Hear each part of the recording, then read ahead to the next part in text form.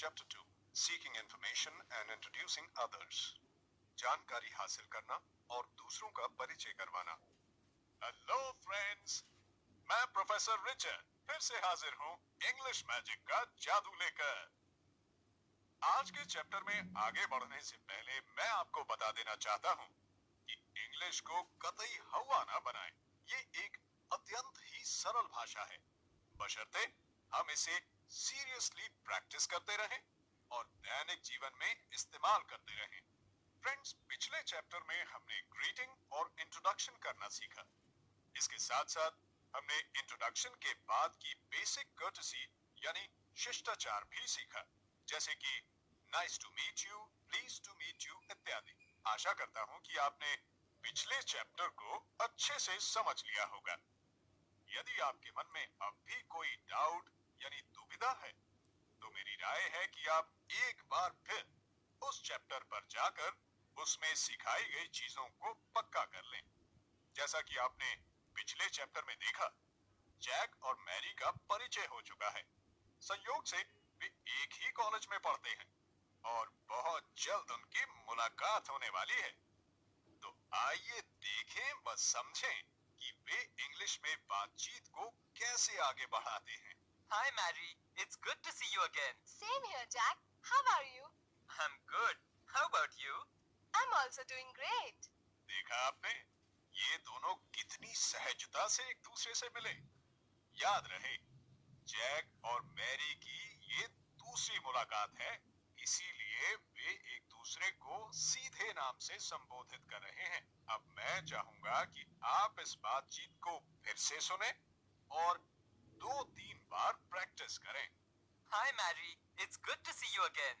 Same here, Jack. How are you? I'm good. How about you? I'm also doing great. वैसे ये स्वाभाविक है कि आप नई मुलाकात के बाद एक दूसरे के बारे में और अधिक जानना चाहेंगे, जैसे कि एजुकेशन या फिर फैमिली। तो देखते हैं ये दोनों किस तरह बातचीत का सिलसिला आगे बढ़ाते हैं। So, Mary, what do you do? I'm doing my graduation in commerce. What about you, Jack?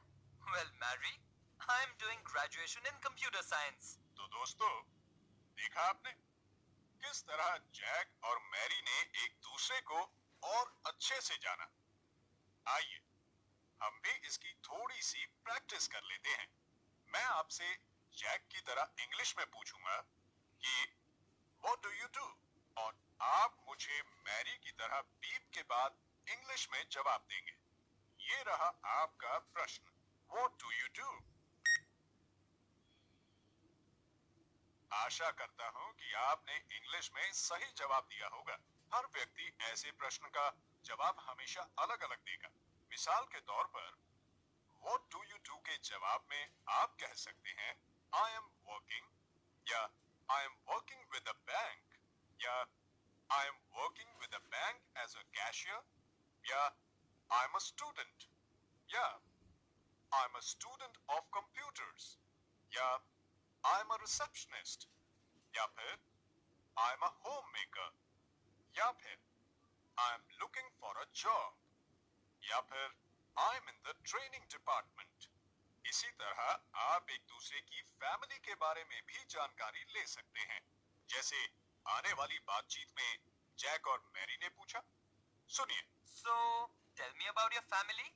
Well, I have my father, my mother, and my younger sister. What about you, Jack? In my family, I have my father, my mother, and my elder brother. आइए अब परिचय और सामान्य बातचीत के इस दौर को आगे बढ़ाते हैं। आपने अक्सर देखा होगा कि कई बार आप किसी मित्र या जानकार से बात कर रहे होते हैं, तभी कोई तीसरा व्यक्ति प्रवेश करता है। हमें उस तीसरे व्यक्ति का परिचय इंग्लिश में किस तरह करवाना चाहिए, आइए देखते हैं। मान लीजिए जैक और मैरी आपस में बात कर रहे हैं और एडम, जो कि मैरी का फ्रेंड है, अचानक आ जाता है। अब देखिए मैरी किस तरह से जैक का परिचय एडम से करवाती है। Jack, meet my batchmate Adam.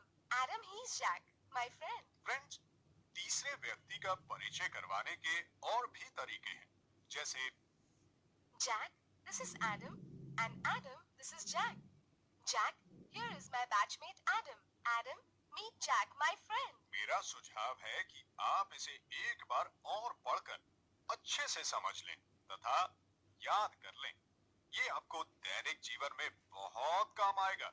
चलिए, अब मैं आगे बढ़ता हूँ और आपको बताता हूँ कि तीसरा व्यक्ति यदि मेरे जैसा बुजुर्ग या सीनियर हो या फिर माहौल ऑफिशियल हो तो आप औपचारिक तरीके से कैसे परिचय करवाएंगे। मान लीजिए मैरी को एडम से मुझे इंट्रोड्यूस करवाना है तो वो क्या कहेगी, आइए देखें। Adam, meet Dr. Richard Thompson, our respected English professor. Dr. Thompson, he's Adam Clark. He's a new student. और अगर कई लोगों के सामने इंट्रोड्यूस करवाना हो तो वो कहेगी, May I have the pleasure of introducing you to Dr. Richard Thompson, our respected English professor. आपने देखा कि दोनों परिचयों में सिर्फ थोड़ा सा फर्क है, किंतु ये बहुत मायने रखता है। ऑफिशियली परिचय करवाते समय हम व्यक्ति का पूरा नाम व उसका पेशा अथवा डेजिग्नेशन बताते हैं। तो हमने अभी अभी सुना किस तरह से मैरी ने एडम और मेरा परिचय करवाया। अब हम सुनेंगे कि इस परिचय के रिस्पॉन्स यानी जवाब में क्या क्या कहा जा सकता है। मैं एडम को कह सकता हूँ, welcome Adam, it's a pleasure to meet you. अब आपसे रिक्वेस्ट है कि तीसरे व्यक्ति से परिचय की इन विधियों को आप हाथों हाथ प्रैक्टिस कर लें ताकि हम आगे बढ़ सकें। आइए अब देखते हैं किस तरह से आप अपने परिवार वालों का परिचय करवा सकते हैं। अभी अभी जैक मैरी के घर पहुंचा है। सुनिए किस तरह मैरी जैक का परिचय करवाती है। Meet my father, Dr. Peter Brown. He's a physician. Dad, he's Jack, my friend. Pleasure meeting you, sir. Glad to meet you, Jack. And she's my mother, Mrs. Lucy Brown. Mom, this is Jack. Pleased to meet you, ma'am. Same here, Jack. Have a seat. And Jack, meet my little sister Kate. Kate, this is Jack. Hi, Kate. Hello, Jack. अब मैं आपसे request करूंगा कि आप परिवार का परिचय करवाने के तरीकों को एक बार फिर से समझकर स्वयं प्रैक्टिस कर लें। यदि आप चाहें तो फ्रेंड्स या फैमिली के साथ बैठकर भी इस बातचीत की प्रैक्टिस कर सकते हैं। दोस्तों, आइए अब विदा लेने से पहले अलविदा या बाय कहने के विभिन्न तरीके सीख लें। जनरली किसी से मुलाकात के बाद विदा लेने से पहले एक भूमिका बांधी जाती है। अचानक या फिर एकाएक अलविदा कहना रूड या अभद्र माना जाता है। अब जैक और मैरी की बातचीत का उदाहरण लेकर हम सीखेंगे कि सलीके से अलविदा कैसे कहा जाता है। तो जरा ध्यान से सुनिएगा। Well, I should be going now. I have a lot to do. Jack Mary से कह रहा है कि अब उसे जाना चाहिए क्योंकि उसे बहुत काम है। इस बात को वो और भी कई तरीकों से कह सकता है जो मिस्टर टिप हमें मैजिक बॉक्स में बताएंगे। चलिए पहले देख लें कि इस पर मैरी का क्या जवाब होगा।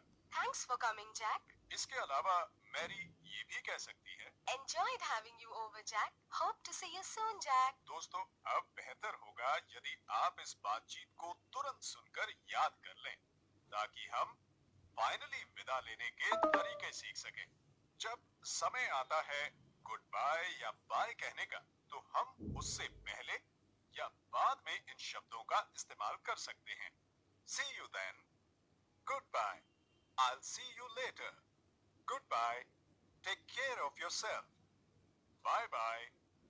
Okay, तो चलिए अब मैं आपसे लेता हूँ विदा और आवाज लगाता हूँ मिस्टर टिप को जो आकर अपने अनोखे अंदाज में आपसे रोचक बातें शेयर करेंगे।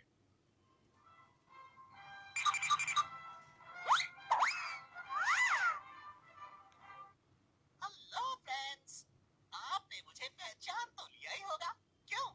वही आपका अपना अनोखा दोस्त टेप। तो चलिए खोलते हैं आज का मैजिक बॉक्स और देखें इसमें से निकलती है क्या सौगात। ओके, तो जैक और मैरी के बीच मुलाकातें बढ़ रही हैं। वाओ, अच्छे मूड में है, तभी तो उसने कहा I am doing great friends. यदि वो ठीक ठाक महसूस कर रही होती तो वो क्या कहती? वो कहती आई एम ओके, या फिर आई एम नॉट बैड, या फिर आई एम ऑलराइट। दोस्तों, ये जरूरी तो नहीं कि हम हर वक्त अच्छे मूड में ही हो। ये भी तो हो सकता है कि मैरी की तबीयत ठीक ना हो, या फिर उसकी किसी से कहा सुनी हो गई। तब वो जैक के हालचाल पूछने पर क्या जवाब देगी? वो कह सकती है I am not so good, या फिर I am not feeling well. और दोस्तों, ऐसे में जैक का भी फर्ज बनता है कि वो मैरी को कंफर्टेबल करे या सांत्वना दे। उसे तुरंत कहना चाहिए don't worry Mary, everything will be alright. इसीलिए तो इंग्लिश में कहते हैं मैनर्स मेक अ मैन। आदमी हमेशा अपने व्यवहार से ही पहचाना जाता है। Understood friends? ओके, चलिए अब आगे बढ़ते हैं। दोस्तों, सच पूछो तो इंग्लिश लैंग्वेज में मैनर्स या शिष्टाचार और तहजीब को बहुत महत्व दिया जाता है। आप क्या बोल रहे हैं और कैसे बोल रहे हैं, ये दोनों बातें बहुत इंपॉर्टेंट हैं। प्रोफेसर रिचर्ड ने आपको बताया ना, विदा लेने से पहले भूमिका कैसे बांधी जाती है। आपने देखा जैक मैरी को गुड बाय करने से पहले क्या कहता है? Well, I should be going now, I have a lot to do. और दोस्तों, इसे जैक कुछ इस तरह से भी कह सकता था, I must leave now, I have something important to do, या फिर I have to get going, I have an appointment। देखा दोस्तों, आपने ध्यान दिया होगा कि हर सेंटेंस के साथ जैक ने जाने का कारण बताया। उसने कहा कि मुझे कुछ जरूरी काम है, या फिर मेरा अपॉइंटमेंट है, इत्यादि। इस बात को हमेशा याद रखना my dear friends. Whenever you give a valid point, people always respect you। आप जब भी जाने का कोई वैलिड रीजन बताते हैं तो लोग हमेशा आपकी इज्जत ही करेंगे। तो माय डियर फ्रेंड्स, इस इंपॉर्टेंट टिप के साथ ही मैं अपना मैजिक बॉक्स बंद करता हूँ, ताकि मैं अगले चैप्टर के लिए इसे फिर से भर सकूं। ओके?